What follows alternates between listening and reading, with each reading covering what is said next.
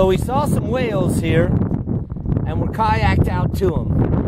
I'm a little bit ahead of everybody else. We're staying at Meat Cove Campground. So I'm out here in the middle of the water and been watching pilot waves crest. They're feeding out here.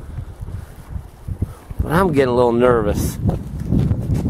I saw one look like he was about 30 feet long. Maybe my 10-foot kayak just isn't quite big enough. You know, on land, this seemed like a really good idea. But then again, that was a long way back.